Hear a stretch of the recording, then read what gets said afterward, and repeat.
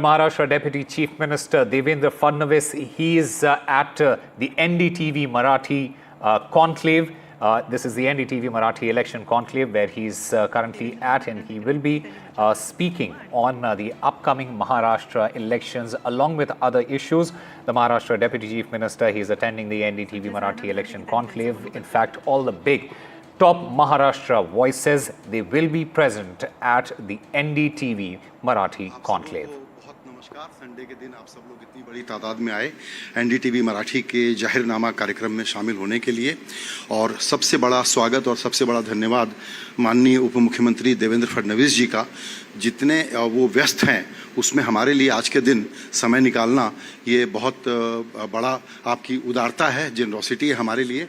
आपका इसके लिए बहुत बहुत धन्यवाद। स्वागत में कई औपचारिक बातें कही जाती हैं और मैं बिना स्क्रिप्ट के बात करता हूं, तो मेरे पास कोई तैयारी है नहीं, लेकिन कई बार लोगों से जब बात करता हूं तो सुनता हूं महाराष्ट्र के बारे में कोई बात हो तो वो आपको प्रैक्टिकली मुख्यमंत्री मान के चलते हैं। एक ये समस्या है। दूसरी समस्या जो है, या कहिए कि जो दूसरा एक विचार है जिस पर लोग बहुत बात करते हैं और ध्यान देते हैं, कि आप देखें कि शरद पवार का जो स्वर्ण काल कहिए करियर का, वो जो रहा, उसके बाद पार्टी लड़ाइयाँ मुकाबले से उठ करके अगर कोई एक नया नेता महाराष्ट्र में अक्रॉस पार्टी लाइन सबसे ज्यादा पॉपुलर होकर के सामने आया है तो वो देवेंद्र फडणवीस जी हैं। ये एक बहुत बड़ा परिवर्तन महाराष्ट्र की राजनीति में आप देखेंगे, जहां की रीजन के ऊपर अलग अलग जो कैटेगरीज और क्लासेस होते हैं उसके ऊपर ये एक बड़ा परिवर्तन है, और आप वास्तव में बहुत लोकप्रिय नेता के रूप में उभर करके आए हैं। अब आपके सामने चुनौती बहुत बड़ी है, और उस चुनौती में हमको ये लगता है कि नेता हो चाहे हम लोग जो चुनाव का एनालिसिस करते हैं दोनों को, ऐसा रेयर चुनाव, हम हर चुनाव को कहते हैं ऐतिहासिक है, रेयर है, लेकिन भारत के राजनीति विज्ञान के विद्यार्थियों के लिए, नेता के लिए, कार्यकर्ता के लिए, मीडिया के लिए इससे ज़्यादा जटिल, इससे ज़्यादा कॉम्प्लेक्स कोई चुनाव हो नहीं सकता।